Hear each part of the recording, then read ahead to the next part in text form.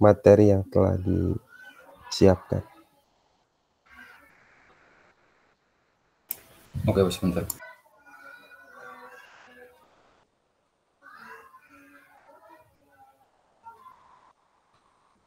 Bagi yang izin ke belakang itu boleh off cam ya sementara, nanti kalau udah selesai ke belakangnya boleh on cam lagi.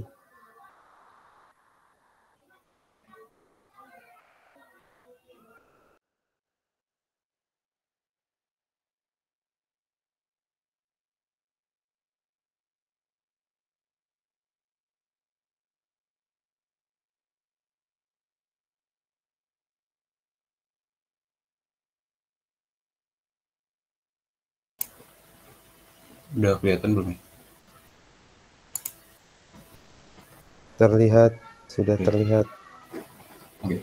Assalamualaikum warahmatullahi wabarakatuh.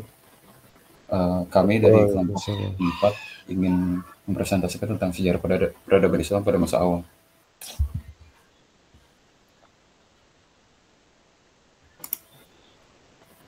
Oke. Assalamualaikum warahmatullahi wabarakatuh. Saya Dilan dan saya akan menjelaskan sejarah Mekah sebelum Nabi Muhammad lahir. Nah, Mekah ini tuh udah jadi tempat suci sebelum Nabi Muhammad lahir.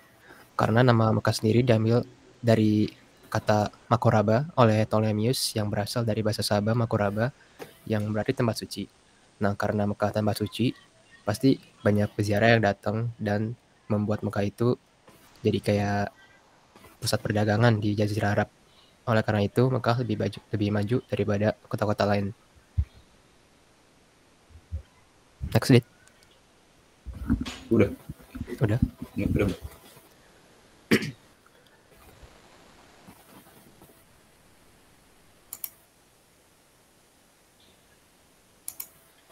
Kelihatan nggak, Dit? Belum itu kan, belum lu apa? Di full screen.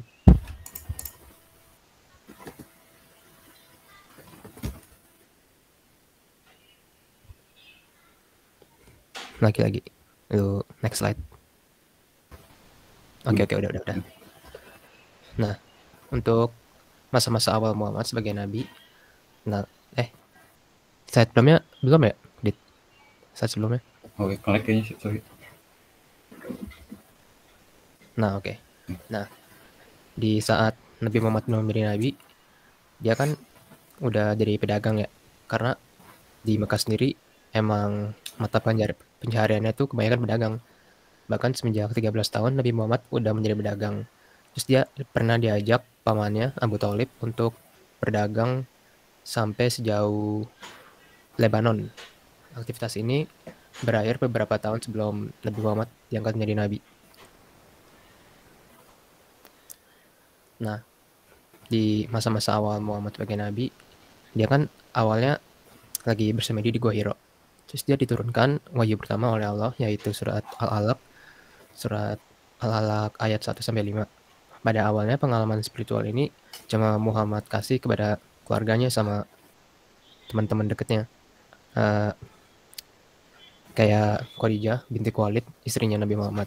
Hingga beberapa bulan kemudian, dia diturunin wahyu oleh Allah untuk mendakwahkan pesan yang diturunkannya. Next, kita ada rintangan awal yang dihadapi Muhammad di Mekah. Nah, Muhammad kan, sebelum itu kan Mekah kayak kota yang penduduknya itu lebih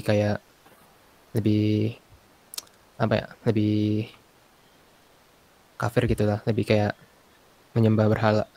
Jadi kan banyak penduduk Mekah yang gak setuju sama idenya Muhammad, yang ujung-ujungnya kayak ngediskriminasi ke Muhammad sama orang-orangnya gitu, orang-orang Islam yang awal. Next slide, Dit. Kemajuan pendakwahan Muhammad dari tahun 610 sampai 622 Masehi. Nah, setelah Muhammad mendakwa selama 12 tahun, hasil yang dia dapat tidak memuaskan. Orang yang masuk Islam juga dikit, dan orang-orang musyrik jadi kayak nggak intimidasi sama melakukan tindak kekerasan kepada orang Muslim. Hal ini menyebabkan Nabi Muhammad untuk menyuruh orang-orang muslim itu hijrah ke Abisinia, yaitu Ethiopia. Sementara Nabi sama teman-temannya sendiri tetap di Mekah. Untuk penderitaan yang dialami Nabi Muhammad, dia kan sejak hijrah pertama Nabi Muhammad kan membuat kaum musyrik semakin marah kepada Muhammad. Solusi Nabi yang pertama itu meluaskan dakwahnya ke Taif, namun penduduknya malah melempari Nabi dengan batuan. Persekusi kepada Nabi dan umatnya meluas ketika dua pelindung Nabi, yaitu Khadijah dan Abu Thalib, meninggal. Setelah itu Nabi Muhammad akhirnya menjadikan Yasrib sebagai tempat berteduhnya umat Islam.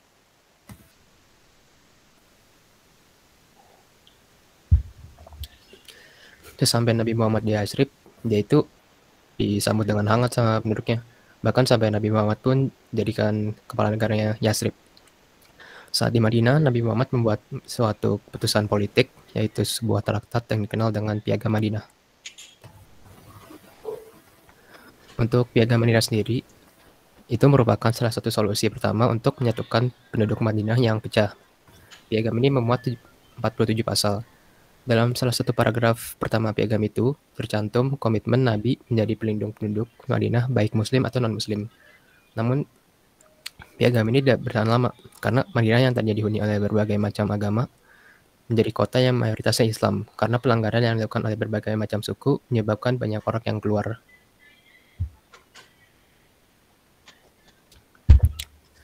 Selanjutnya ada peran Madinah dalam masa pendakwahan, dari 622 sampai 632 Masehi. Dalam masa ini, Madinah menempati posisi sentral selama 10 tahun. Selama 10 tahun ini, Muhammad menjadi nabi sekaligus penguasa yang efektif. Islam yang awalnya hanya agama suatu suku, menjadi agama yang dianut oleh mayoritas penduduk Jazirah Arab hanya dalam 22 tahun. Selanjutnya ada Islam sebagai agama yang mendunia. Setelah Nabi meninggal, pendakwahan Islam dilanjuti oleh sahabat dan penerusnya. Hal ini bisa dilihat dari berbagai periode di sejarah seperti 1. Masa Khulafaur Rasyidin dari 632 sampai 661 Masehi. Kedua ada Bani Umayyah dari 661 sampai 750 Masehi. Yang ketiga ada Bani Abbasiyah dari 750 sampai 1258 Masehi. Dan yang terakhir ada Turki Utsmaniyah dari 1299 sampai 1922 Masehi. Dan banyak lagi kesultanan-kesultanan yang mendakwahkan Islam kepada penduduknya dan sekitarnya. Untuk selanjutnya. Selanjutnya kita akan berbicara tentang kemajuan peradaban Islam. Yang pertama, setelah masa kekhalifahan dari sahabat-sahabat kayak mulai Abu Bakar As-Siddiq, Umar bin Khattab, Utsman bin Affan sampai Ali bin Abi Thalib, setelah itu muncullah masa dinasti Umayyah, yaitu masa di mana dibentuklah suatu dinasti yang menggantikan kekhalifahan para sahabat Nabi. Jadi masa dinasti Umayyah ini merupakan masa di mana Islam berjumpa dengan berbagai kebudayaan, dan hal itu menimbulkan kemajuan dalam peradaban dan perluasan Islam dari segi populasi ataupun peradaban tadi. Nah, kemudian budaya-budaya yang tercampur itu contohnya ada Spanyol, Afrika Utara, Suriah, Palestina, Semenanjung Arabia, dan daerah lainnya. Nah, kemudian ibu kota dari dinasti Umayyah ini adalah Damaskus, sampai akhirnya nanti dinasti Umayyah ini berubah jadi kekhalifahan di Cordoba. Kemudian pada masa dinasti Umayyah ini banyak kebudayaan Arab yang terus dikembangkan, karena pusatnya itu kan di Arab, sehingga kebudayaan dikembangkan itu adalah kebudayaan Arab. Contohnya ini yang pertama ada bahasa administrasi negara yang diubah dari bahasa Yunani dan bahasa Pahlawi ke bahasa Arab. Kemudian pengembangan aspek gramatika pada bahasa Arab, yaitu implementasinya contohnya adalah penyusunan buku berjudul Alkitab karya Imam Sibawayhi. Itu disusun supaya masyarakat non-Arab itu yang pindah ke Arab bisa mempelajari lebih jauh tentang bahasa Arab itu sendiri, sehingga mereka bisa memaknai ilmu yang didapatkan di Semenanjung Arab itu. Kemudian adanya pengubahan mata uang yang dipakai di daerah-daerah yang dikuasai Islam pada masa khalifah yang dijabat Abdul Malik bin Marwan. Jadi beliau itu mengubah kayak dinar dan dirham diubah jadi uang hasil cetak sendiri pada tahun 659 Masehi. Nah, kemudian adanya pembangunan berbagai monumen bersejarah seperti kubah batu di Yerusalem yang merupakan tempat suci ketiga dalam Islam. Kemudian efek dari hal-hal tadi itu ada banyak nih. Yang pertama, 400 tahun setelah wafatnya Nabi Muhammad SAW, azan itu berkumandang 5 kali dalam sehari di seluruh Eropa Barat Daya, Afrika Utara, Asia Barat, dan Asia Tengah. Yang kedua, adanya pembentukan layanan pos dengan menggunakan layanan kuda antara Damaskus dan ibu kota provinsi lainnya, membuat kebutuhan transportasi para pejabat pemerintah dan persoalan surat menyurat itu jadi lebih efektif dan lebih efisien. Sehingga proses regulasi jadi lebih lancar juga di situ. Nah, setelah masa Daulah Umayyah, muncullah masa Daulah Abbasiyah. Jadi karena Umayyah itu runtuh karena beberapa hal, contohnya kayak pemberontakan dari Daulah Abbasiyah itu sendiri, muncullah Daulah Abbasiyah. Jadi ibu kota dari Daulah Abbasiyah ini adalah di Baghdad. Kemudian hal yang dicapai di masa dinasti Abbasiyah ini yang benar-benar penting itu ada 3. Yang pertama ada peningkatan perekonomian warga. Itu terjadi karena adanya pembangunan irigasi perairan, sehingga negara bisa jadi swasembada dalam pertanian gandum, beras, kurma, dan zaitun. Itu terjadi pada masa Al-Mahdi pada tahun 775 sampai 785 Masehi. Yang kedua itu di bidang pertambangan, seperti emas, perak, tembaga, besi, dan lain-lainnya.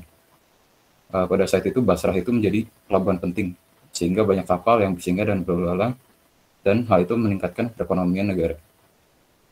Kemudian pas negara itu terus meningkat, sehingga si Khalifah bermasa itu Harun al-Rashid pada tahun 785 sampai 809 Masehi berhasil membangun banyak rumah sakit dan sekolah-sekolah kedokteran. Nah, kemudian keistimewaan dari pemerintahan Harun al-Rashid ini adalah kemakmuran dari rakyat itu sendiri. Jadi si Harun al-Rashid ini memfasilitasi kebutuhan warga negara, baik kebutuhan ukhrawi atau untuk agamis akhirat gitu, maupun kebutuhan duniawi.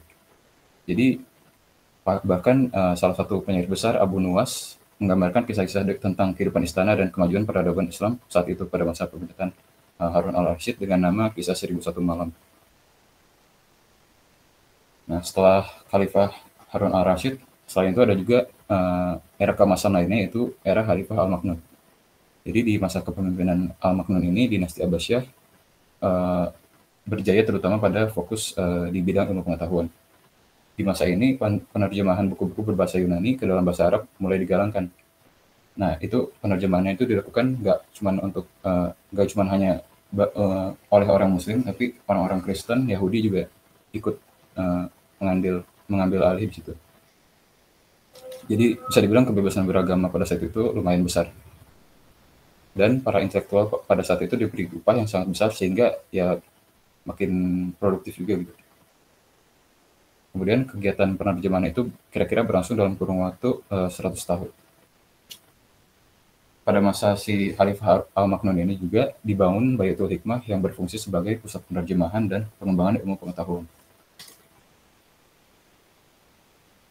Kemudian keistimewaan periode dinasti Abbasiyah secara keseluruhan. Yang pertama, bahasa Arab menjadi bahasa ilmu pengetahuan, dan ilmuwan Islam pun menjadi rujukan bagi berbagai ilmu pengetahuan dunia. Contohnya para cendekiawan Islam pada saat itu nggak hanya dikenal sebagai intelektual yang ahli di bidang agama, tapi juga di ilmu-ilmu yang bersifat umum. Contohnya itu ilmuwan Islam kayak Al-Fazari, Al-Farghani yang ahli di bidang astronomi, Ibnu Haytham yang ahli di bidang optika, Ibnu Hayyan di bidang kimia, Al-Biruni di fisika, Al-Razi dan Ibnu Sina di bidang kedokteran. Dan di antara mereka itu banyak yang menciptakan rujukan dalam ilmu pengetahuan bahkan sampai sekarang gitu. Kemudian yang ketiga, menurut Harun Nasution, periode dinasti Abbasiyah ini merupakan periode peradaban Islam tertinggi karena memberikan pengaruh secara tidak langsung terhadap tercapainya peradaban sekarang ini. Terus apa sih penyebab dari kejayaan di masa dinasti Abbasiyah? Yang pertama, adanya kontak intelektual tadi. Karena kontak intelektual tadi kan kebudayaannya jadi semakin beragam dan hal itu meningkatkan kreativitas si warga dari dinasti Abbasiyah ini. Contohnya dalam penerjemahan buku berbahasa Yunani, kemudian pengaruh budaya India yang berinspirasi dalam bidang mistisisme dan matematika melalui naskah matematika, astronomi, juga sistem desimal, dan juga adanya inspirasi dari kebudayaan Persia dalam bidang kesenian, contohnya kayak kaligrafi dan sastra. Yang kedua, adanya keberanian untuk melakukan riset-riset ilmiah. Jadi dari riset-riset ilmiah itu pun akhirnya memunculkan penulisan karya-karya orisinal dari para ilmuwan Islam dan yang bukan Islam yang ada di dinasti Abbasiyah. Jadi si orang Kristen dan orang Yahudi itu pada masa itu tidak hanya ditempatkan sebagai penerjemah, tapi juga menduduki jabatan penting pada bagian keuangan, administrasi, dan jabatan profesional lainnya. Jadi kebebasan dan toleransi sekali lagi sangat besar pada masa itu. Dan hal yang perlu ditekankan pada masa ini adalah pengetahuan itu jauh lebih banyak diperoleh dari proses penelitian yang panjang dibandingkan dengan proses penerjemahan. Jadi penelitiannya atau risetnya itu lebih banyak daripada penerjemahannya. Kemudian setelah masa kejayaan itu akhirnya dinasti Abbasiyah itu runtuh juga akhirnya. Hal itu disebabkan oleh penyerangan bangsa Mongol ke Baghdad dengan menghancurkan istana, gedung-gedung dan masjid-masjid yang terdapat di daerah kekuasaan Daulah Abbasiyah. Jadi pada masa itu Khalifah dan keluarganya sebagian besar penduduk dibunuh. Meskipun sebagian juga berhasil melarikan diri dan menetap di Mesir dan wilayah-wilayah lainnya. Penyebab kedua adalah melemahnya kekuatan politik Islam dikarenakan konflik dan persetujuan antar dinasti. Nah, akibat dari mundurnya dinasti Abbasiyah itu secara umum ada dua. Jadi karena dinasti Abbasiyah itu tadi berjaya pada bidang ilmu pengetahuan, otomatis gerak pengembangan ilmu pengetahuan itu sendiri jadi nggak semaju periode-periode sebelumnya. Walaupun ada juga sebenarnya di Madrasah Nizamiyah, yaitu lembaga yang kebetulan selamat dari hantaman Hulagukan dan bangsa Tartar yang menjadi pusat aktivitas sebagian keilmuan Islam. Yang kedua, selain dari terhambatnya gerak pengembangan ilmu pengetahuan adalah terjadinya perbedaan besar-besaran umat Islam ke India dan Asia Tenggara hingga abad ke-14 seiring ramainya arus pelayaran dan kegiatan perdagangan. Dan karena Kepulauan Melayu saat itu merupakan pintu gerbang terdepan bagi kapal-kapal dagang dari arah barat, maka ya muncullah Islam di Indonesia akhirnya. Nah, ini kedatangan Islam di Nusantara. Jadi pada abad ke-13 Islam itu masuk ke Nusantara melalui Aceh. Karena Nusantara terletak di ujung dunia Islam, hal ini menyebabkan proses islamisasi yang sangat berbeda dibandingkan di Timur Tengah. Selain itu, penduduk lokal di Nusantara sudah menganut agama-agama besar lainnya, seperti Hindu dan Buddha. Bahkan Islam yang datang di Indonesia bukan merupakan Islam Timur Tengah, namun jenis Islam yang sudah agak dicampur dengan kebudayaan India dan Cina. Contohnya kayak di proses pembentukan masjid-masjid itu kan ada proses akulturasi juga dari budaya Hindu dan Buddha juga. Nah, sekian dari kami. Wassalamualaikum warahmatullahi wabarakatuh. Apakah ada pertanyaan?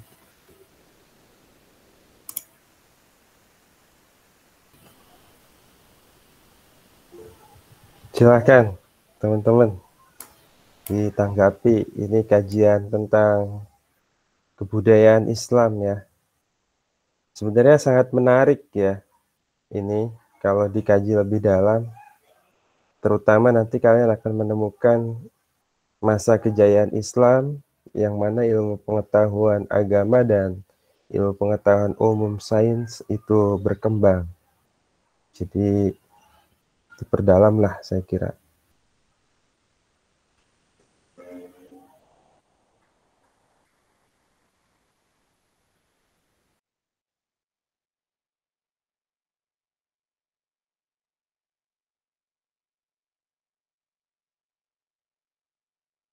Ditampung dulu kali ya. Ada yang mau bertanya lagi nggak?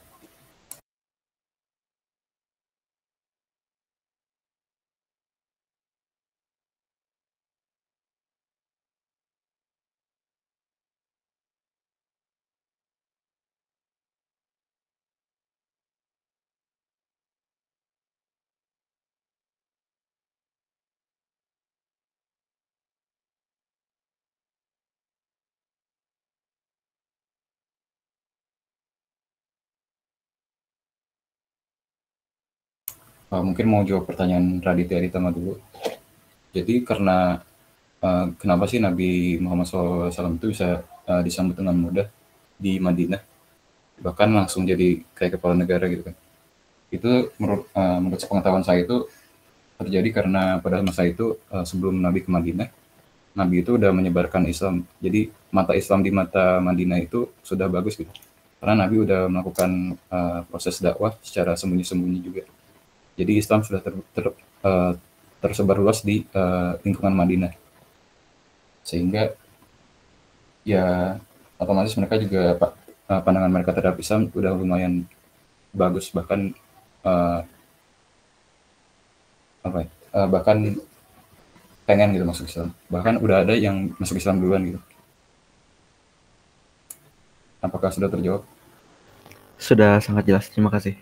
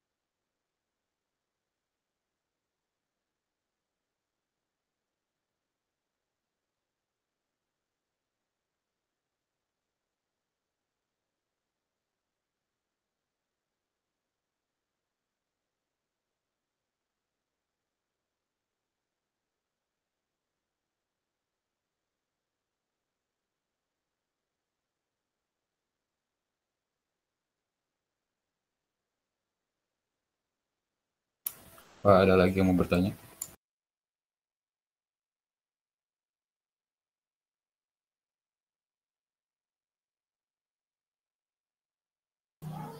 Di display coba apa slide-nya yang tadi.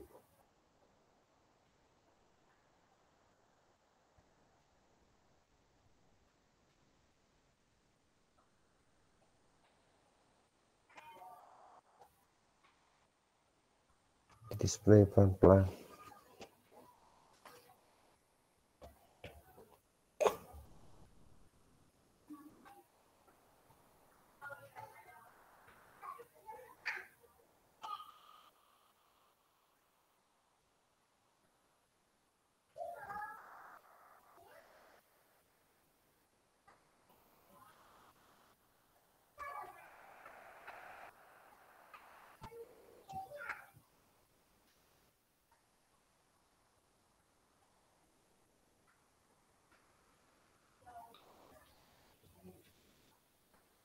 Itu sudah ada yang bertanya di chat.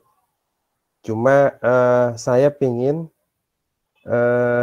pemakalah menjabarkan lebih detail lagi terkait Piagam Madinah. Karena Piagam Madinah ini ibarat kata suatu kesepakatan seluruh umat Islam dan umat di luar Islam, non-Muslim lainnya, menjadi sebuah piagam Madinah atau Mitsaqul Madinah. Di Indonesia juga ada teman-teman, kalau kalian mungkin tahu juga yang namanya Jakarta Chapter ya, Jakarta Chapter. Nah, Piagam Madinah ini yang menjadi landasan untuk kalian nanti membendung aliran-aliran transnasional ya. Kalau kalian paham Mitsaqul Madinah, Piagam Madinah ini dengan baik, nanti kalian akan memiliki framework ya, framework of thinking yang baik, menangkal aliran transnasional, aliran radikal, aliran yang ingin menyatakan negara Islam di Indonesia ya. Ya kalian tinggal sampaikan saja secara sejarah Islam menceritakan ada yang namanya Piagam Madinah.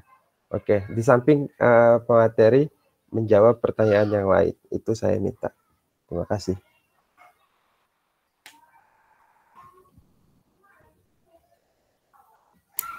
Oke, jadi izin menjelaskan terkait Piagam Madinah lebih lanjut.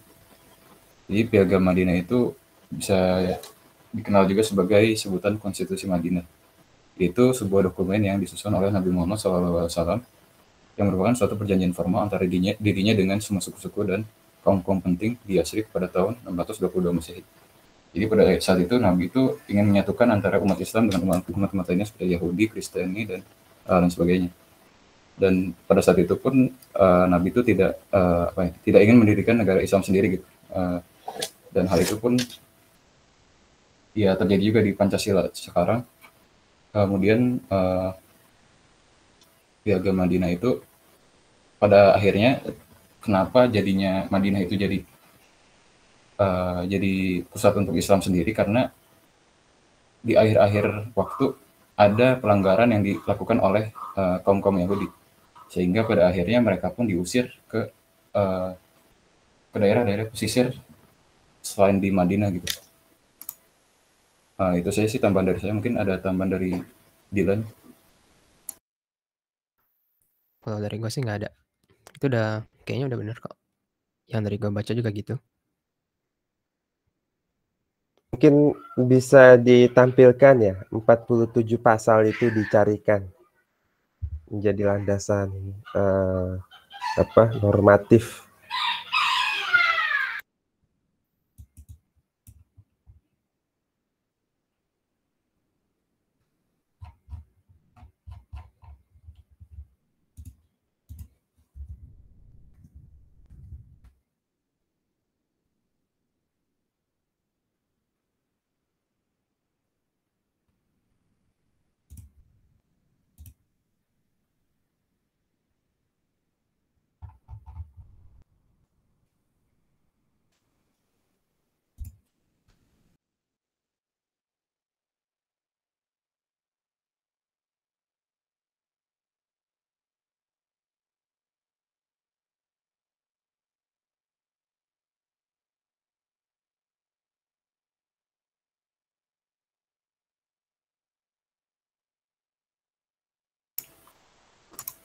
Jadi ini pasal-pasal yang ada di Piagam Madinah. Pasal pertama,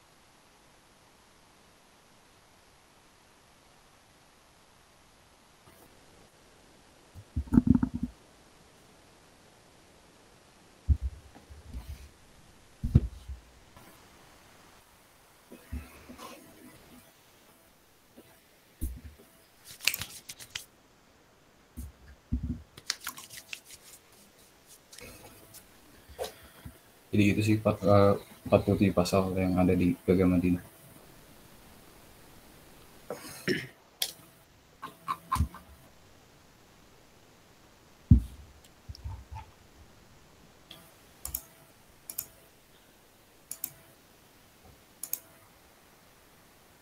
Mungkin sambil jawab pertanyaan juga, mau jawab pertanyaan tentang dari Bayu Risma Santosari.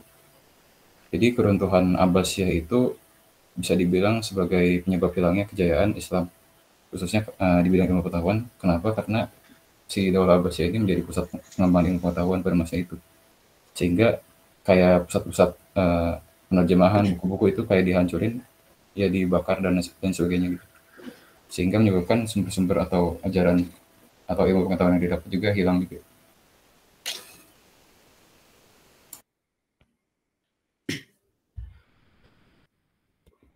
Oke, saya ingin menjawab pertanyaan Ajiva. Apa alasan bangsa Mongol menyerang dinasti Abbasiyah? Oke, jadi kan 50 tahun sebelum dinasti Abbasiyah hancur kan ada suatu kesultanan, namanya Kesultanan Khawarizmi. Jadi mereka kan dikirim diplomat sama orang Mongol untuk melakukan perdagangan. Tapi karena kesultanan ini kayak memandang Mongol sebagai orang-orang barbar, jadi mereka kan langsung ngebunuh diplomatnya. Nah, itu bikin Khan Mongol saat itu, yaitu Genghis Khan marah. Jadi akhirnya dia ngebakar seluruh kesultanan itu, dan akhirnya keturunannya si Genghis Khan itu juga melanjutkan kayak peperangan bapaknya gitu. Jadi mereka akhirnya ngebakar Baghdad juga, sama akhirnya kayak nyebabin keruntuhannya dinasti Abbasiyah gitu. Udah menjawab belum? Udah menjawab, makasih banget. Oke.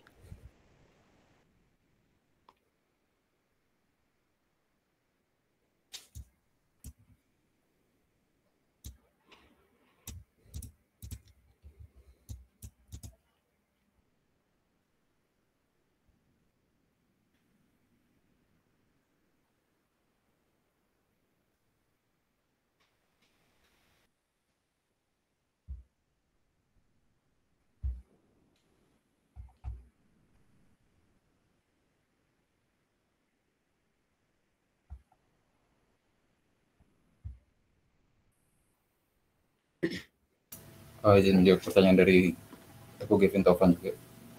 Jadi di sini ada perbedaan pendapat antara ulama. Jadi ada yang ngomong kalau orang tua Nabi itu karena dia belum dapat wahyu dari Islam itu sendiri, jadi dan berada pada masa kekosongan. Kan setelah Nabi Isa wafat itu ada kekosongan ini ya, kekosongan kayak risalah. Nah di situ ada yang berpendapat bahwa orang tua Nabi Muhammad itu nggak masuk neraka gitu. Artinya ada kemungkinan masuk surga, dan ada juga yang berpendapat bahwa orang tua Nabi itu termasuk golongan orang-orang kufur. Jadi kesimpulannya saya sendiri juga kurang tahu sih. Tapi yang saya tahu ada dua sumber, ada dua pendapat di sini. Ada yang berpendapat bahwa kufur, dan ada juga yang berpendapat bahwa tidak juga. Dan Nabi sendiri pun selalu mendoakan orang tuanya. Gitu pengetahuan saya. Apakah menjawab? Oke, baik, terima kasih.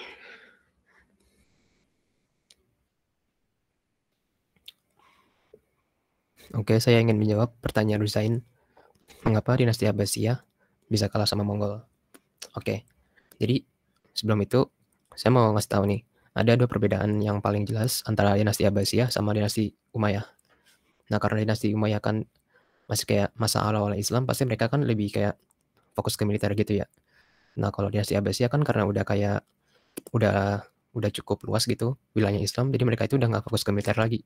Mereka itu lebih kayak fokus ke hal-hal teknologi gitu-gitu sama inovasi-inovasi ilmiah gitu. Makanya pas mereka diserang Mongol, mereka itu nggak siap, jadi mereka langsung kalah gitu. Udah ngejawab belum? Ya, terima kasih banyak. Oke, izin menjawab pertanyaan Iqbal Utama. Jadi untuk mengembalikan kejayaan umat Islam khususnya di ilmu pengetahuan yang tentunya adalah dengan cara terus belajar dan mengembangkan pemikiran-pemikiran yang lebih jauh lagi tentang Islam itu sendiri, maupun tapi tidak menghilangkan substansi dari tujuan Islam. Jadi kayak dikaji lagi lebih dalam tentang Islam itu sendiri dan mengembangkan ilmu pengetahuan lainnya sehingga bisa berkembang juga nanti. Apakah sudah menjawab? Oke, menjawab, makasih.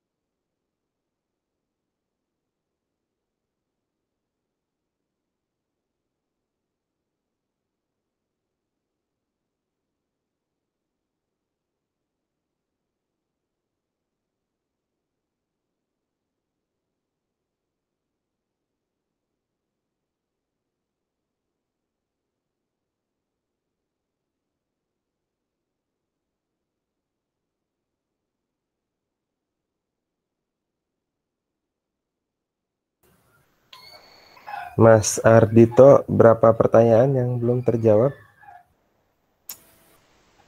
Sepertinya satu, Pak. Mungkin saya mau izin jawab.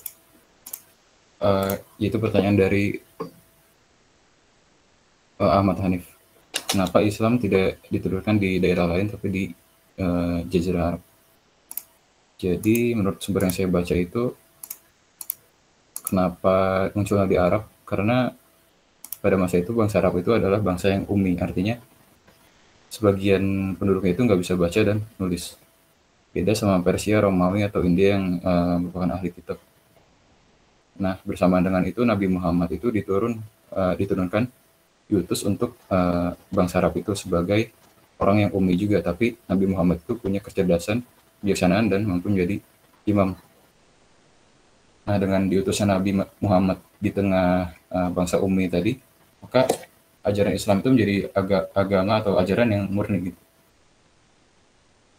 Kalau misalnya Nabi punya kemampuan baca dan menulis, maka orang-orang akan mengira kalau misalnya ajaran Islam merupakan ide yang datang dari Nabi hasil membaca itu.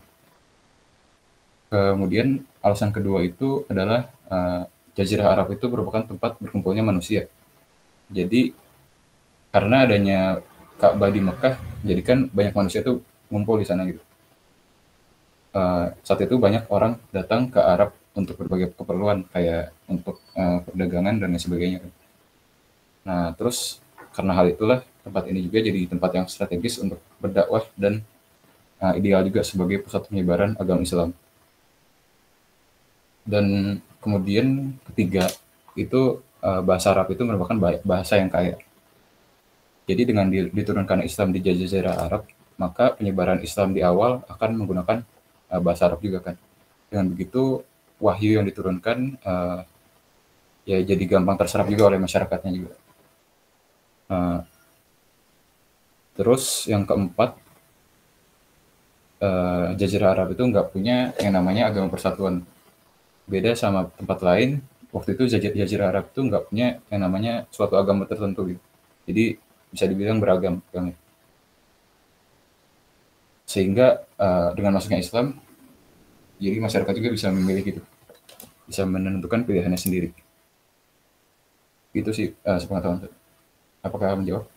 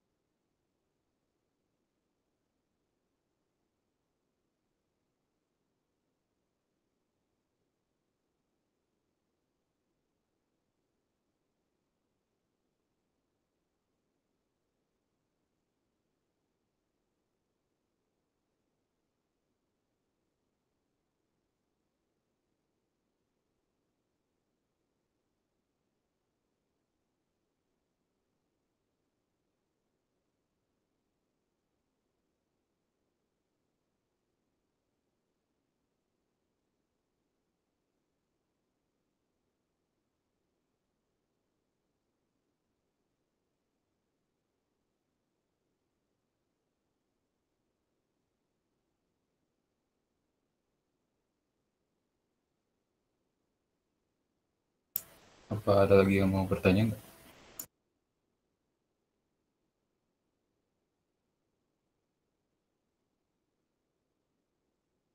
Mas Ardito, apakah kemarin sempat kelompok kalian sempat menyimak VTR tentang sejarah peradaban Islam? Iya, Pak. Kalau yang lain belum tentu ya, sesuai dengan kelompoknya saja berarti ya.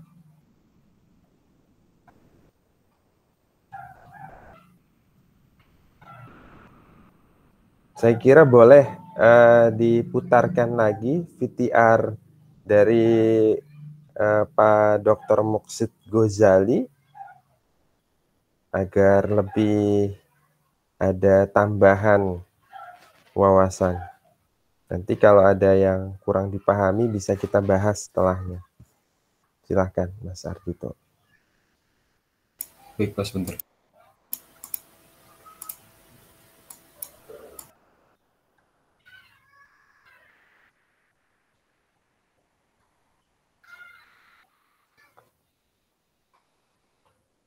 Namun sebelum sebelum diputar, sambil menunggu diputar, saya mau share screen sedikit.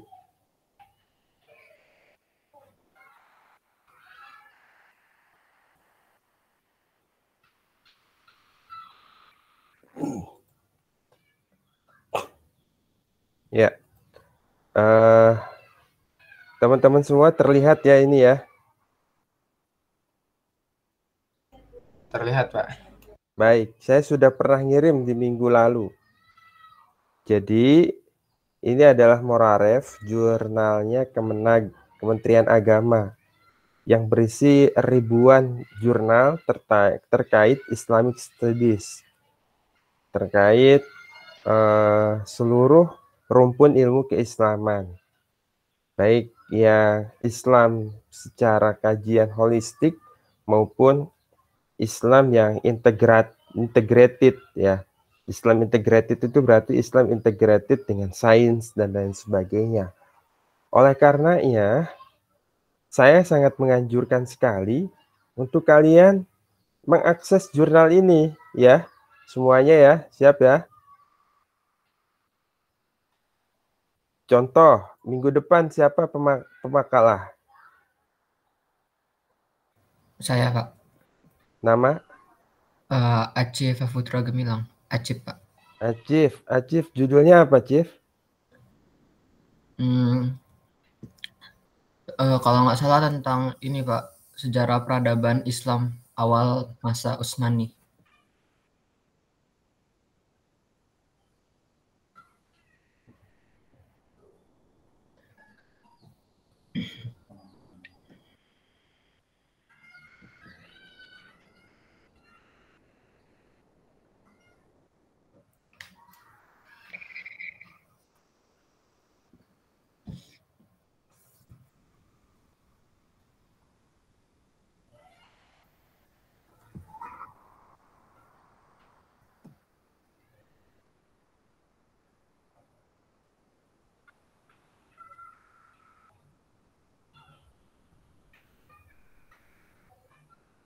Nah, kamu nanti tinggal menelaah aja, Chief ya, di sini ya. Kata kuncinya misalkan sejarah peradaban Islam. Nanti disesuaikan mana yang ada Turki Utsmaniyah gitu ya.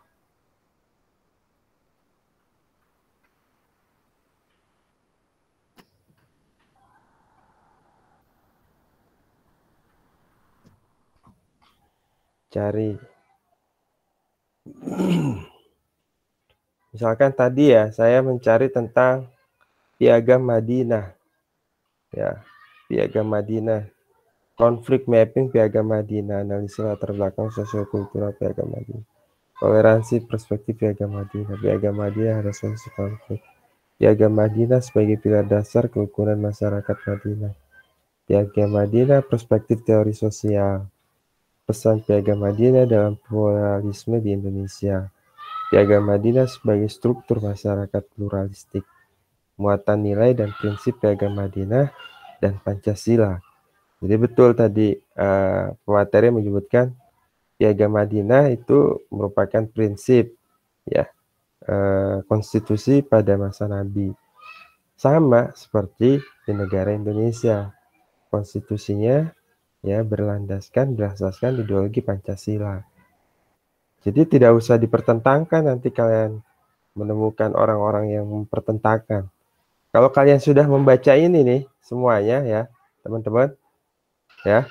Kalau kalian sudah membaca ini semuanya, itu kalian nanti kalau ketemu orang yang berbicara tentang negara Islam, Indonesia harus dijadikan negara Islam, paling kalian ketawa saja nanti. Ya. Bener nggak? Nanti kalian cuma ketawa aja. Itu orang belum banyak baca. Berarti itu orang itu tidak luas wawasannya, ya. Kenapa tidak luas ya? Secara wawasan keislaman tidak luas, secara wawasan kebangsaan, kenegaraan, dan worldview-nya juga tidak luas, ya. Memaksakan kehendak kelompok dan pribadi atau hanya segelintir. Baca ini semuanya agar kalian memiliki mind mapping yang betul mengenai negara Islam itu seperti apa, dan negara Indonesia yang berlandaskan Pancasila itu rumusannya seperti apa, ya. Ini di Moraref. Nanti juga kalian akan berbicara, misalkan kalian berbicara sejarah pemikiran Islam ya, atau nanti agama dan sains. Sejarah pemikiran Islam.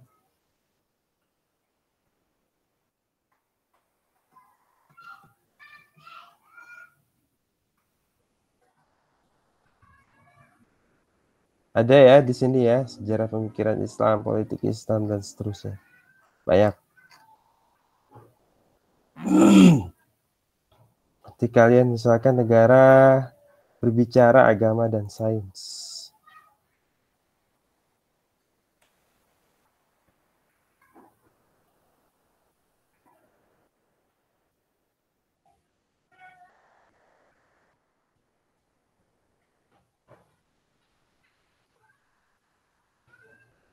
Integrasi agama dan sains nanti ke sana ya. Oke, ya. Bisa dipahami ya ini ya. Bagus sekali. Dan ini hasil penelitian. Ini hasil penelitian, ini hasil riset, ini hasil kajian. Lebih baik kalian bertanya kepada hari ini itu hasil riset jurnal, ketimbang kalian bertanya kepada Google, ya.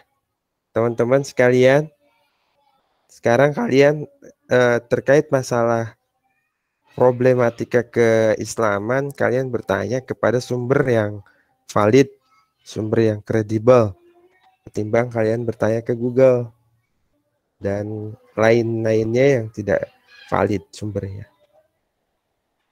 Banyak lah tema-tema lainnya, kalian tinggal search di sini. Sudah saya kirimkan sih linknya itu. Tinggal kalian mencari lagi. Demikian. Ini informasi tambahan dari saya. Silakan. Sudah siap? Baik, Pak.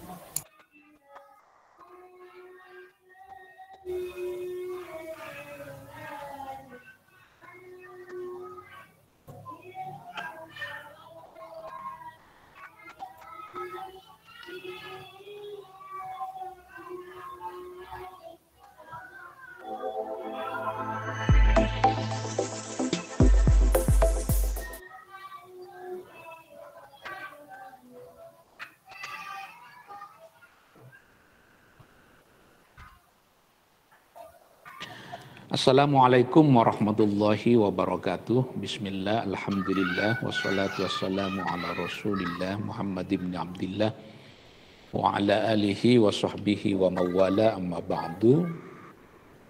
Islam ini baru muncul pada abad ke-7 ya. Sebelum Islam datang sudah ada nabi-nabi sebelumnya.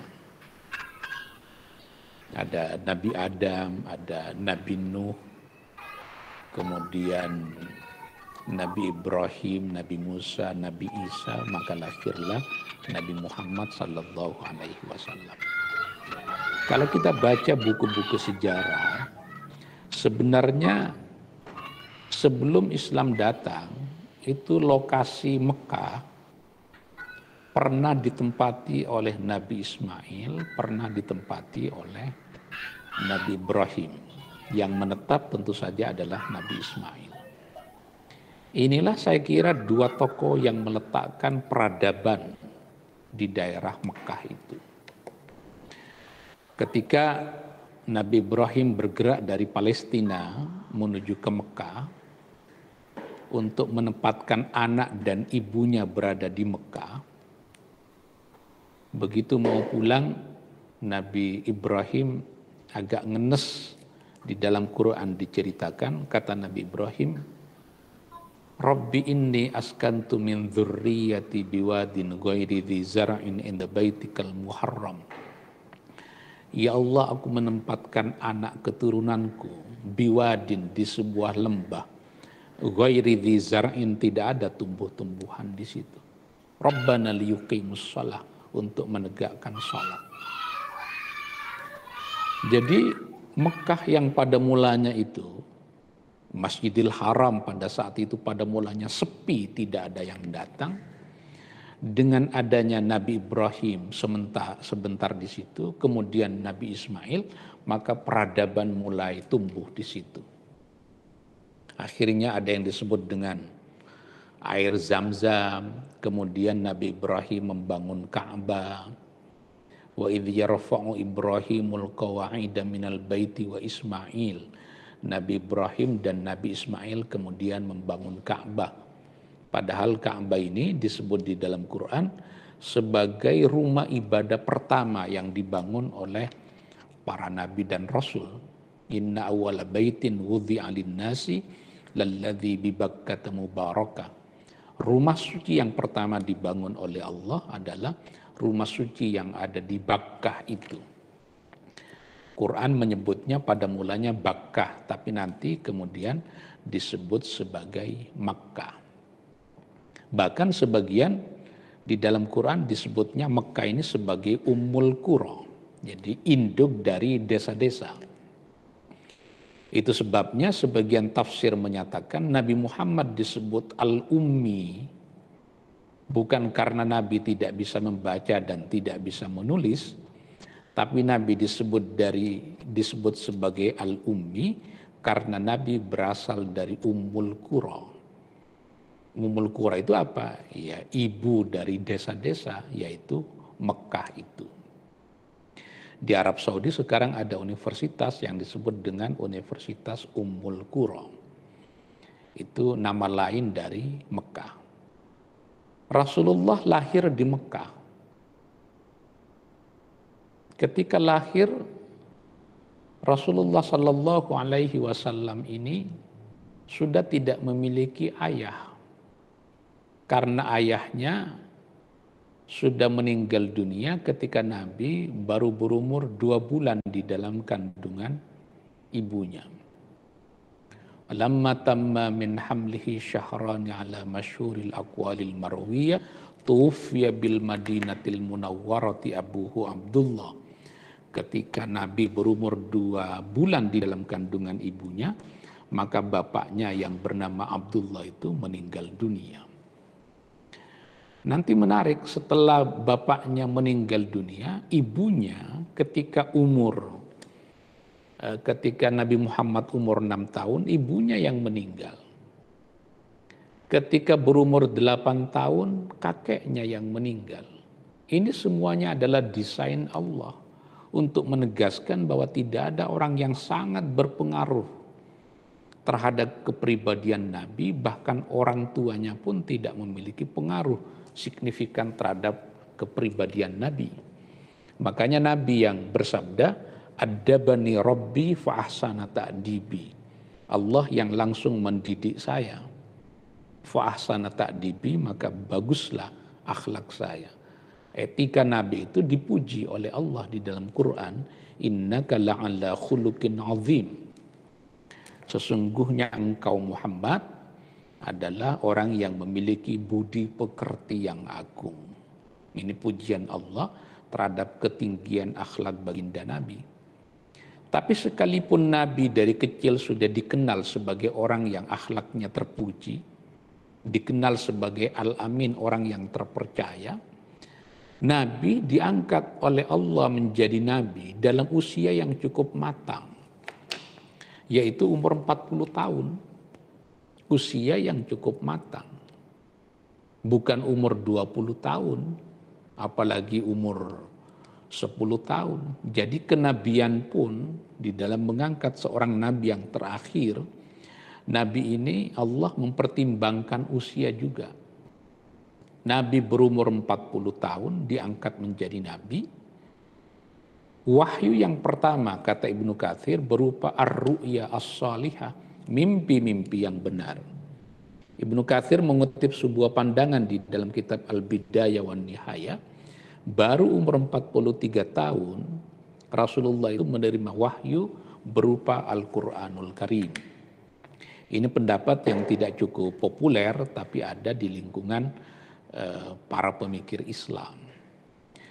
Jadi karena Nabi ini menjadi akhlak yang terpuji, akhlaknya terpuji, maka ketika Nabi mendeklarasikan diri sebagai seorang Nabi, tidak akan ada orang yang menyimpulkan bahwa Nabi Muhammad itu berbohong, karena rekam jejaknya di masa lalu adalah dikenal sebagai seorang Al-Amin, orang yang terpercaya. Umur 25 tahun, Nabi menikah dengan Khadijah. Jadi pernikahan Nabi dengan Khadijah itu terjadi sebelum Nabi diangkat menjadi Nabi. Bahkan seluruh anak-anak Nabi dengan Khadijah itu meninggal sebelum ada Islam. Makanya pernikahan Nabi dengan Khadijah itu terjadi ketika Nabi belum diangkat menjadi Nabi. Nabi menetap di Mekah dari kecil, lahir 40 tahun, bahkan kemudian sampai 13 tahun ketika Nabi deklarasi sebagai seorang Nabi masih bertahan di Mekah. Tapi rupanya sebagian besar masyarakat Mekah itu agak resisten terhadap orang baru yang mendeklarasikan diri dengan nilai-nilai baru.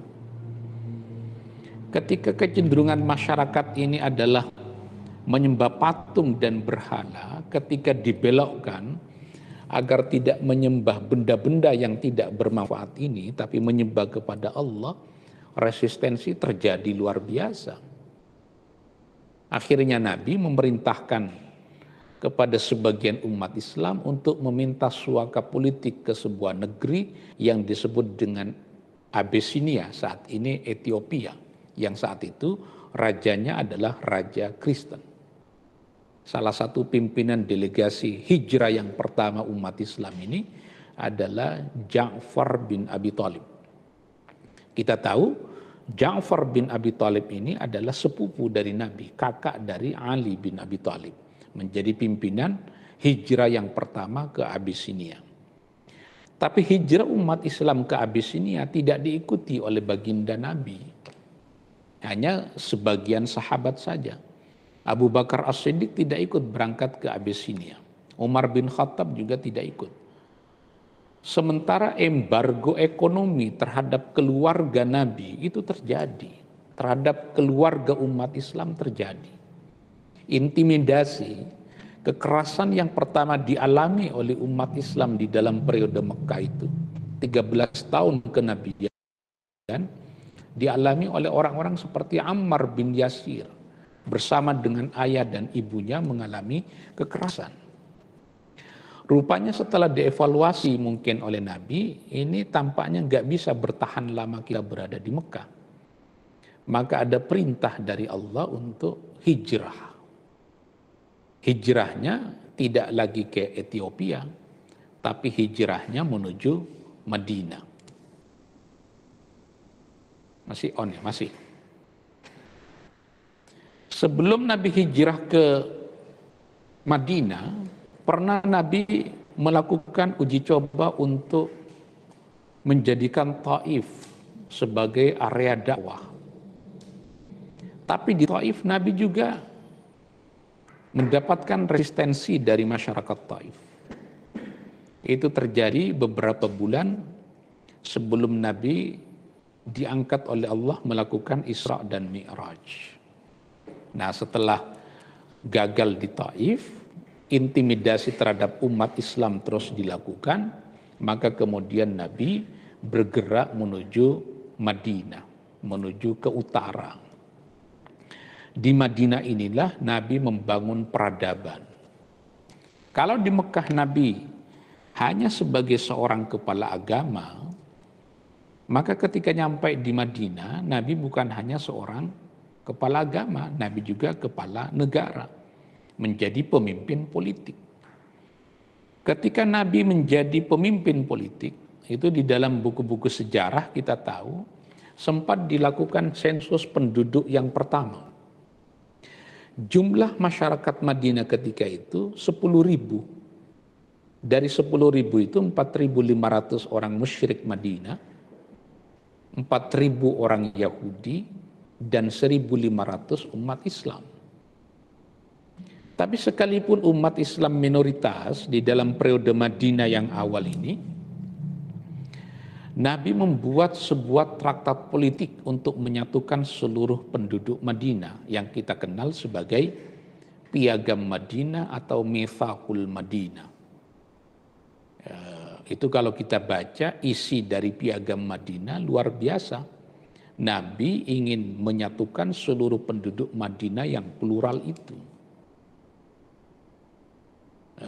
Kalau ada orang Yahudi diserang, maka umat Islam ikut membantu. Kalau ada umat Islam yang diserang, kemudian orang Yahudi juga membantu. Tapi rupanya orang Yahudi tidak bisa melihat keunggulan-keunggulan yang terus dimiliki oleh umat Islam. Karena ketika nyampe ke Madinah, Nabi menjadi pemimpin politik. Akhirnya bukan hanya sumber daya politik yang dikuasai oleh umat Islam, tapi juga sumber daya ekonomi. Karena sebagian orang Yahudi itu berpikirnya sangat eksklusif, sumur orang Yahudi tidak boleh didatangi oleh orang Islam. Akhirnya yang dilakukan oleh baginda Nabi, Nabi kemudian membeli sumur. Nabi kemudian membeli pasar. Nabi membeli pekuburan. Kalau kita ke Madinah yang sekarang ini, itu di depan Masjid Nabawi, itu dulu adalah pasar. Tapi karena pelebaran yang sekarang tidak mungkin ada pasar di situ. Jadi Nabi bukan hanya mengurusi agama di Madinah, tapi juga mengurusi pemberdayaan ekonomi masyarakat. Nabi mengurusi pasar, Nabi mengurusi harga-harga di pasar, dan seterusnya. Nah, kecemburuan orang Yahudi ini ongkosnya tidak sederhana. Akhirnya mereka melanggar konstitusi. Nabi datang ke perkampungan Bani Nadhir, Nabi tidak tahu ternyata mereka akan membunuh Nabi. Maka terjadilah pengusiran pertama terhadap orang Yahudi di Madinah. Di dalam surat Al-Hasyr disebutkan, "Huwallazi akhrajal ladzina kafaru min ahlil kitabi min diyarihim," dan seterusnya. Li awwalil hasyr, terjadi pengusiran yang pertama karena orang Yahudi melanggar konstitusi. Akhirnya Piagam Madinah tidak bisa diterapkan lagi. Di dalam perjalanan waktu, kota Madinah kemudian menjadi kota yang eksklusif hanya dihuni oleh umat Islam mayoritas. Ada beberapa orang Yahudi di Madinah yang tetap bersama dengan Nabi sekalipun agamanya Yahudi. Seperti Mukhairik. Mukhairik itu konglomerat Yahudi, tinggal di Madinah, bersama-sama dengan Nabi berperang di perang Uhud melawan orang musyrik Mekah. Dan dia menjadi korban dari perang Uhud itu. Ketika Mukhairik meninggal, Rasulullah bersabda, "Mukhairik khairul Yahud." Mukhairik adalah sebaik-baik orang Yahudi. Karena orang Yahudi sudah mayoritas berada di pinggiran, tidak lagi berada di dalam kota Madinah, maka Nabi memimpinnya kemudian berdasarkan cita-cita Nabi sendiri. Akhirnya diatur semuanya. Tapi Nabi tidak bertahan lama. Setelah terjadi penaklukan kota Mekah, Madinah sudah dikuasai, terjadi penaklukan kota Mekah, beberapa perjanjian sudah dilakukan seperti perjanjian Hudaibiyah dan lain-lain. Nah, maka kemudian Mekah dikuasai oleh Nabi. Tapi Nabi keburu meninggal dunia, Islam belum masuk ke Persia, Islam belum masuk ke Mesir, Islam belum masuk ke Syria. Maka dikuasainya negeri-negeri di sekitar Hijaz itu terjadi setelah Rasulullah SAW meninggal dunia, dilanjutkan oleh Abu Bakar As-Siddiq, dilanjutkan oleh Umar ibn al-Khattab, dilanjutkan oleh Uthman bin Affan, dilanjutkan oleh Ali bin Abi Thalib yang dikenal sebagai Al-Khulafa Ar-Rashidun, para pemimpin yang terpuji ini. Tapi pada zaman Ali bin Abi Thalib, pusat pemerintahan dipindahkan dari Madinah menuju ke Persia. Nanti setelah pindah ke Persia oleh Daulah Umayyah, pusat kekuasaan tidak lagi di Baghdad, tapi dipindahkan ke Damaskus. Habis Daulah Umayyah hancur, pemerintahan kemudian bergerak lagi ke menuju Baghdad, yaitu pada zaman Daulah Abbasiyah. Nah, pada zaman Salaf, yang kita sebut sebagai zaman Salaf itu adalah zaman periode Nabi, periode sahabat, dan periode tabi'in, 300 pertama dari era kenabian sampai zaman tabi'in itu, kita melahirkan banyak ulama-ulama besar. Nanti dilanjutkan pada Daulah Abbasiyah. Pernah terjadi sengketa politik yang luar biasa. Siapa yang akan menggantikan Nabi sebagai kepala negara? Akhirnya kemudian disepakati Abu Bakar As-Siddiq. Dari Abu Bakar As-Siddiq kemudian berpindah kepada Umar bin Khattab, kepada Uthman, dan kepada Ali. Kalau kita perhatikan sistem pemilihan dari khilafah-khilafah ini, dari khalifah-khalifah ini tidak ada yang sama. Yang pertama, terpilihnya Abu Bakar As-Siddiq itu dengan cara musyawarah yang terjadi di Saqifah Bani Sa'idah. Itu juga yang sekarang menjadi kebun kurma kecil di depan Masjid Nabawi, itu dulu disebut dengan Saqifah Bani Sa'idah. Disitulah disepakati Abu Bakar As-Siddiq menjadi kepala negara. Tapi dari Abu Bakar As-Siddiq kepada Umar bin Khattab tidak lagi melalui proses musyawarah, tapi penunjukan langsung dari Abu Bakar As-Siddiq. Dari Abu Bakar As-Siddiq kepada Umar bin Khattab itu menggunakan sistem formatur. Dari Abu Bakar As-Siddiq kepada Umar bin Khattab menggunakan penunjukan yang disebut dengan Waliyul Ahdi itu. Dari Umar bin Khattab menuju Uthman menggunakan sistem formatur, dan begitu seterusnya. Karena itu yang disebut sebagai sistem pemerintahan Islam dengan cara begini tidak tunggal. Yang penting amanah, yang penting adil, sistem pemilihannya bisa beraneka ragam sesuai dengan konteks zaman. Pada zaman Umar bin Khattab itulah kemudian Islam mulai masuk ke daerah Persia, melalui masuk ke daerah Syria. Zaman dulu disebut dengan Syam. Syam zaman dulu itu sekarang meliputi 4 negara ya. Palestina, Libanon, Syria, 4 negara. Kayak Andalus zaman dulu sekarang berapa negara tuh? Spanyol, Maroko, Tunis, Aljazair.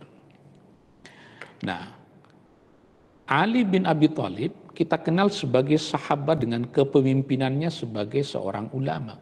Uthman bin Affan sebagai saudagar kaya. Umar bin Khattab sebagai orang yang tegas.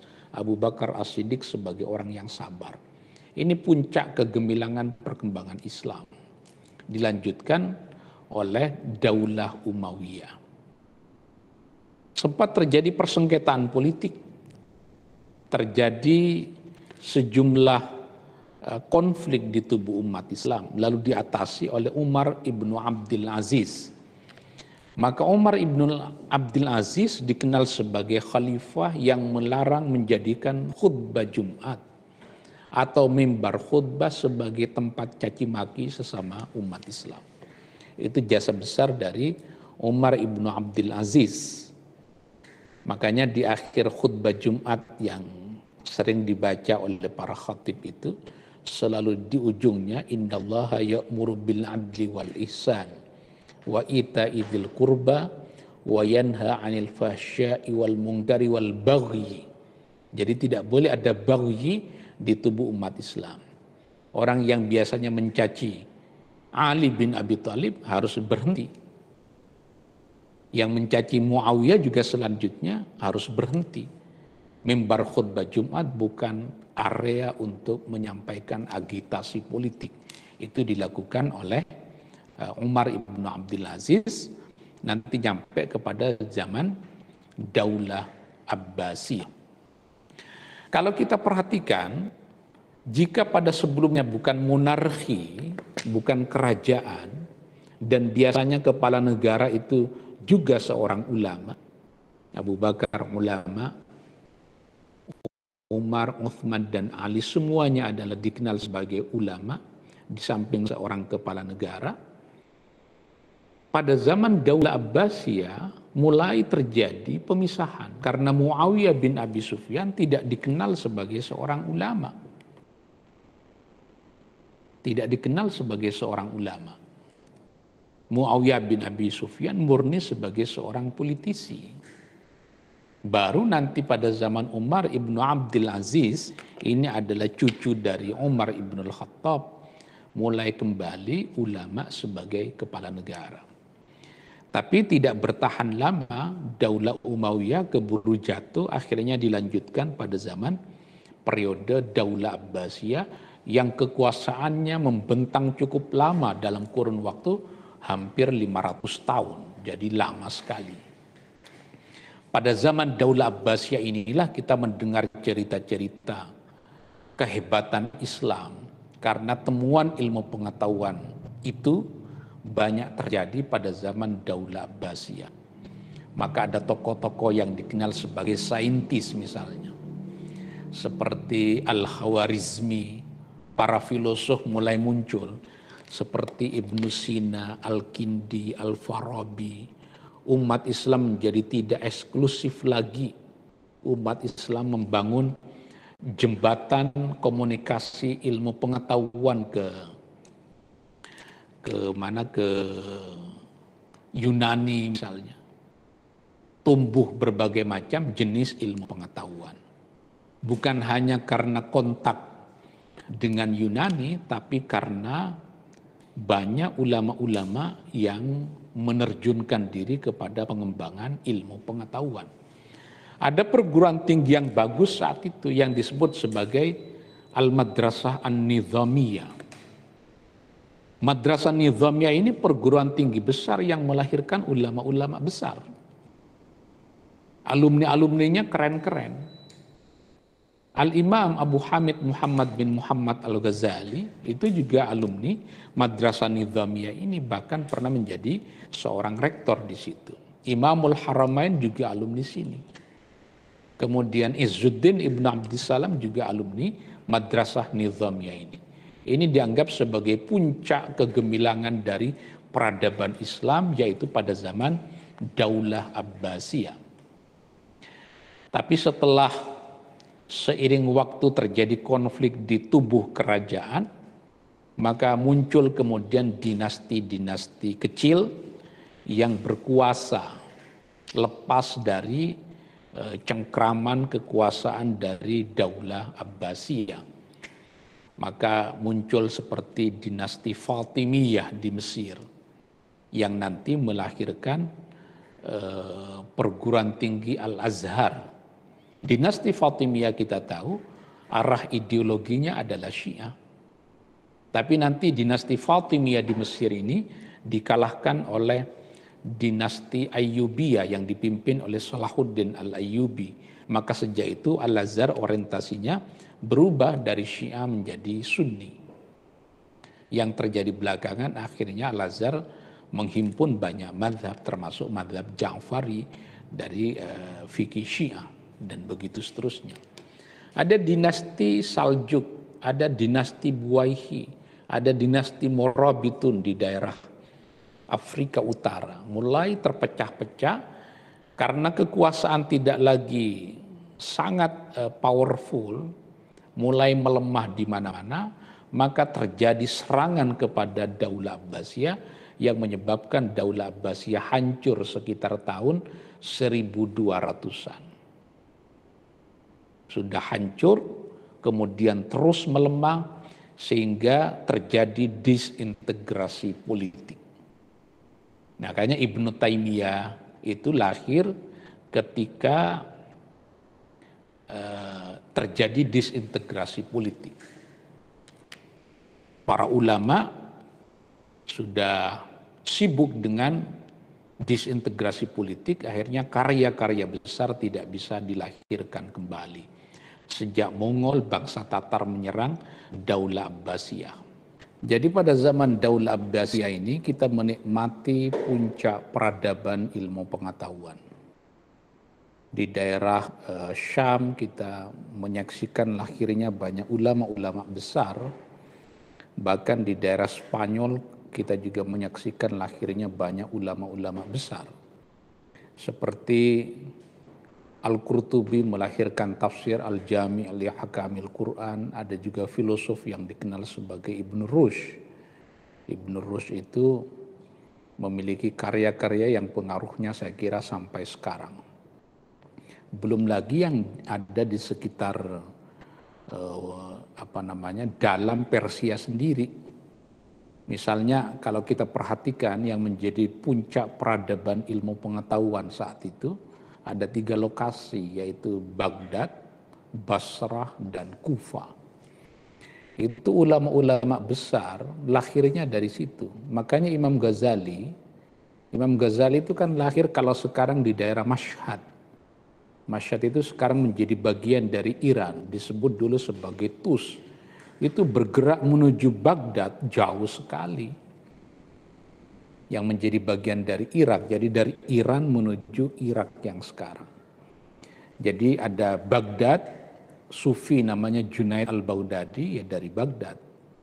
Ada Abu Hashim al-Kufi, ini juga dari Kufah. Kemudian Rabi'ah al-Adawiyah. Jadi kalau disamakan dengan sekarang ini, jadi ada Ciputat, ada Depok, itu ada Jakarta menjadi pusat-pusat peradaban. Nah saat itu juga begitu, Baghdad adalah sentranya, pinggirannya ada Kufah dan ada Basrah. Jadi sejak dulu kota itu menjadi pusat peradaban. Pusat peradaban itu agak sulit terbangun dari desa. Karena sentra-sentra keilmuan, ulama-ulama besar itu tumbuh di kota. Tentu karena fasilitas tidak secanggih sekarang. Dulu kalau mau menjadi orang alim yang nggak bisa di desa, harus bergerak menuju kota. Makanya Baghdad, Basra, dan Kufah itu menjadi sentra keilmuan. Baru agak belakangan, ini kan awalnya di Hijaz yang disebut dengan Mekah Madinah, menuju Persia, akhirnya bergerak menuju Syam, dan bergerak menuju Andalus.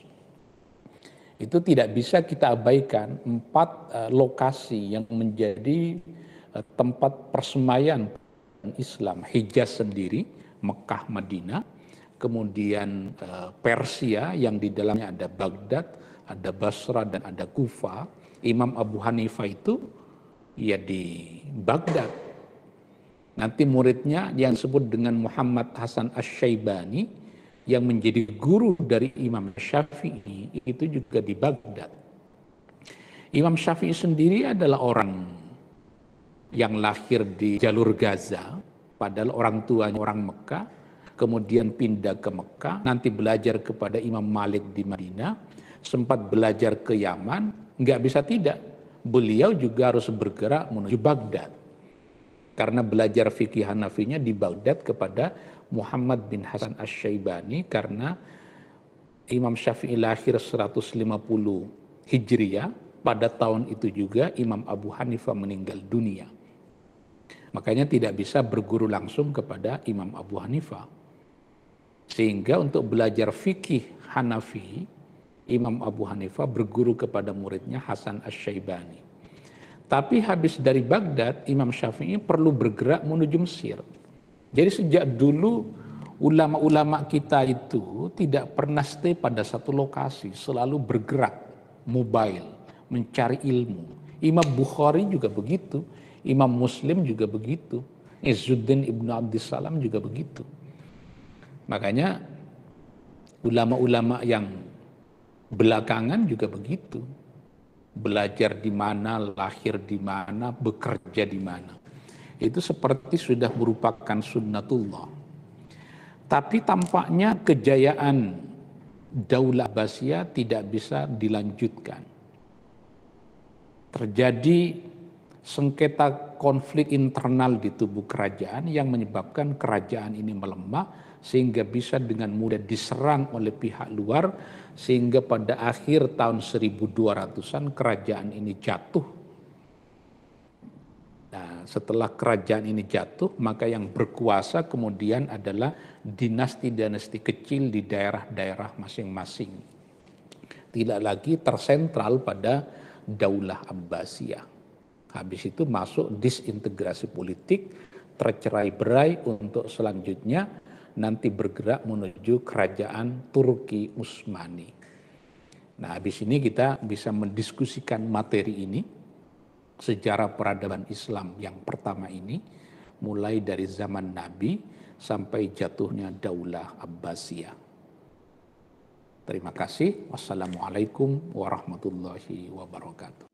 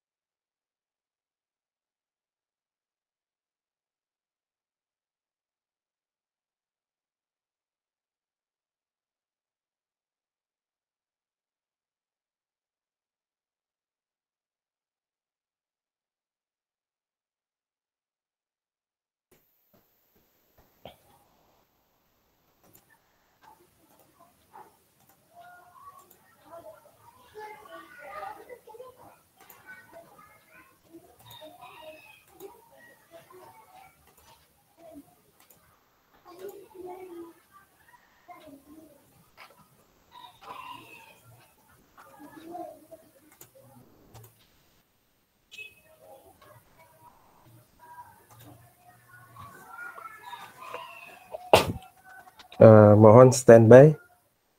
Nur Syifa Az-Zahra. Kayaknya beda kelas, Pak. Iya. Maaf.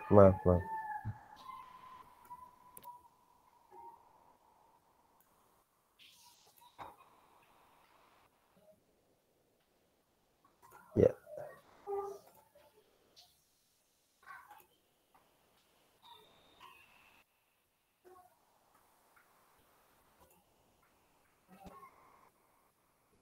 Asrafli Zabian.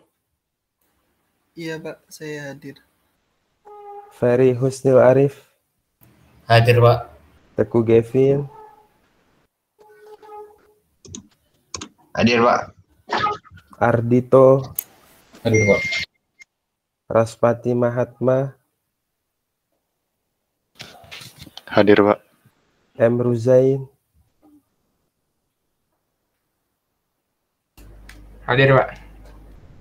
Naufal Weis. Hadir, Pak. Alvin Safier. Hadir, Pak. Raditya Aditama. Hadir, Pak. Feru Pratama. Hadir, Pak. Failasuf. Hadir, Pak. Hagi. M. Hagi. Hadir, Pak. M. Akmal. Hadir, Pak. Dimitri Prima. Hadir, Pak.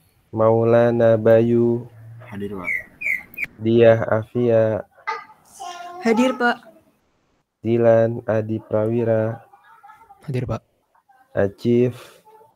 Hadir, Pak. Nabil Andityo. Hadir, Pak. Muhammad Iqbal. Hadir, Pak. Muhammad Adrian. Hadir, Pak. Naufal Fikri. Hadir, Pak. Tristan Altair. Hadir, Pak. Raditya Hanif. Hadir, Pak. Ahmad Hanif. Hadir, Pak. Alvaro Lukman. Hadir, Pak. Safa Trivia. Hadir, Pak. Baik.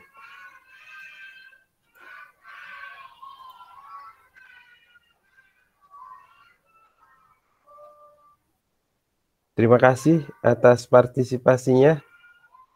Give applause untuk kelompok keempat. Terima kasih kelompok 4. Ya, sudah baik. Kami mohon kelompok selanjutnya agar lebih baik. Dan saya menginfokan terakhir sebelum ditutup, itu ada informasi beasiswa ya. Toronto, apa itu ya. Sudah saya share di WA Group. Itu yang pertama informasinya, silahkan yang mau apply atau mencari informasi. Kemudian saya mengirimkan jurnal Ristek Garuda Ristek ya. Nanti kalian bisa ngecek jurnal-jurnal ilmiah di sana. Kemudian untuk minggu ini, di bulan ini ada pengayaan luar kelas. Insya Allah hari Sabtu malam minggu kita akan laksanakan pengayaan luar kelas.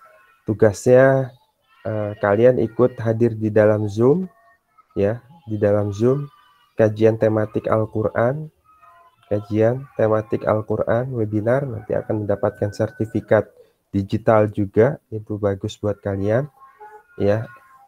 Untuk seluruh kelas yang saya ampu, karena arahannya adalah untuk pengayaan luar kelas disesuaikan oleh dosen pengampu mata kuliah masing-masing. Oleh karenanya, sayang sekali kalau kalian tidak mengikuti, karena nanti ada tugas resensinya. Tugas resensi sama seperti yang sebelumnya, kalian tinggal membuat resensi ya dari hasil menyimak kajian tematik Al-Quran di malam minggu yang akan datang. Link pendaftaran dan link Zoom-nya akan diinformasikan besok atau lusa. Nanti untuk pengumpulan tugasnya bisa dimasukkan ke dalam emas untuk minggu yang pertemuan yang ke-5 atau 6.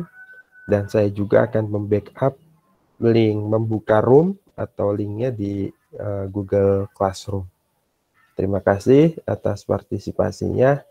Mudah-mudahan semuanya sehat walafiat, orang tua kita semua sehat walafiat, diberikan rezeki yang berkah, yang halal, thayyiban untuk membiayai kalian sekolah kuliah. Kita akhiri dengan bacaan hamdalah bersama. Alhamdulillahirabbil alamin. Subhanakallahumma wa bihamdika asyhadu an la ilaha illa anta astaghfiruka wa atubu ilaih. Wal afu minkum wallahul muwaffiqil aqwamit thoriq. Assalamualaikum warahmatullahi wabarakatuh. Terima kasih. Waalaikumsalam. Waalaikumsalam. Ya, sama-sama.